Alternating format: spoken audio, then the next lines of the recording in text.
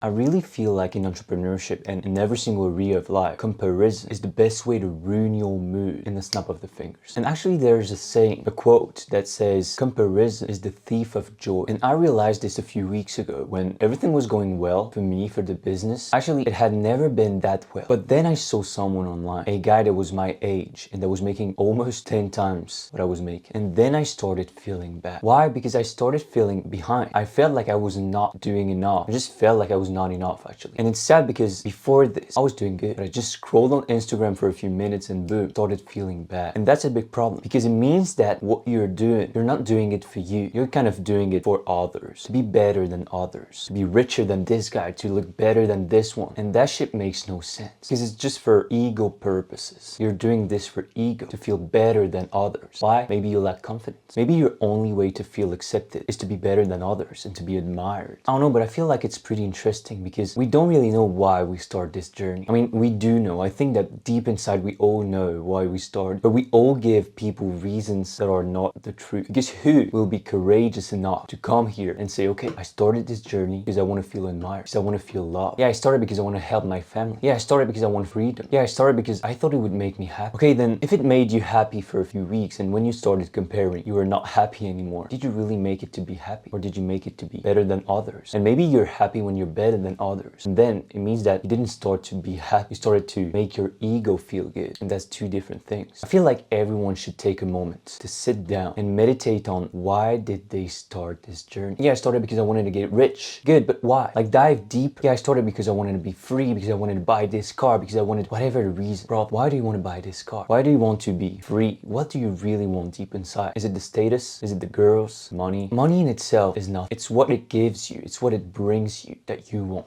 If money didn't have value, you wouldn't care about it. It would just be paper, right? Then why do you want this money? To be perceived as this guy. To be perceived as, oh, he is successful. And to be admired by others. That's maybe a reason. To buy this car you've always dreamed of. That's maybe another reason, but maybe it's for the freedom it gives you. You know, the funny thing here is that people don't say, I want to have a lot of money. People say, I want to be rich. And this is already a status. You are rich. They want to be associated to that. It means that they're not doing this for the money in itself. They're doing this for the status. And of course, everyone says, I want to get rich and not I want to make a lot of money. But it shows that maybe everyone starts this journey for the same thing. Recognition, pride, admiration from others, whatever it is. And I know a lot of people will feel bad hearing this. They will be like, no, I do this for my mom. I do this because I want to spoil my family. Maybe you do. Now, let me ask you a question. Then why do you show people on your social media, your money, your car, you spoiling your mom, you bringing your dad on vacation, you offering your grandpa a new car? Why do you show this? Like if just spoiling your mom and dad and whatever is what makes you happy and is the real reason why you're doing this, then why do you need to show it to other people? Because you're proud and it's totally normal. You need to show that pride. And when you need to show your pride to other people, it means that this pride isn't fulfilling enough, that you need to show it to others to get admiration, to get recognition in the eyes of others. And I feel like there's two ways to solve this